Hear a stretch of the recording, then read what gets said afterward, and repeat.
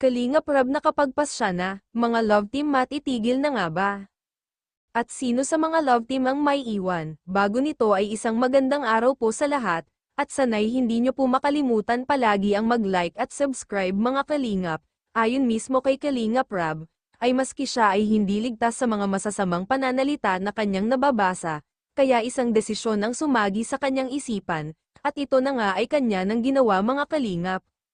At marami ang nakapansin nito, dahil na rin sa mga ilang araw na wala tayong makikitang video upload sa kanyang main channel mga kalingap, kaya napakarami ang nag-aabang nito, lalo na ang mga love team na siyang nagpapasaya sa ating mga viewers, at marami ang nagtatanong kung tuloy pa nga ba ang mga love team.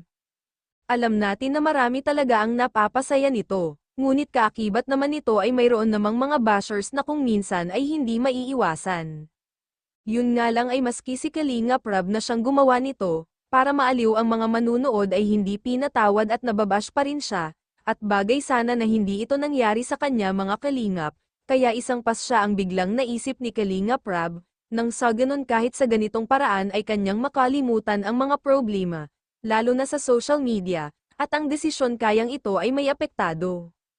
Lalo na ang mga love team mga kalingap, at narito ang sinabi ni Kalingap Rab atin pong makikita sa video. Kaya yun, medyo na-stress ako nitong mga nakarang araw, parang linggo. Tagal kong nag-isip din tuwing gabi kung anong dapat gawin. Hanggang sa nag-came up ako sa ganitong desisyon na siguro magpahinga muna ako. Hindi ko naman totally titigil yung charity. Gusto ko lang ng pahinga na ganito. Natutuwa ako kasi talagang andyan po. Talagang ramdam ko yung pagmamahal niyo po sa amin. Sa kabila ng mga sinasabi nila sa amin na kung ano-ano, mga negatibo, ay marami pa rin palang naniniwala sa aking pamilya. Kaya andito yung kapayapaan tuwing na-stress tayo sa kalingap. Dito naman tayo nagpapahinga. Siyempre kasama ang aking pamilya, tahanan. And of course, yung pag-charity natin hindi matatapos.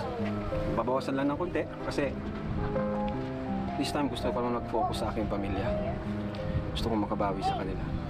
Kaya ayun, yun yung plano.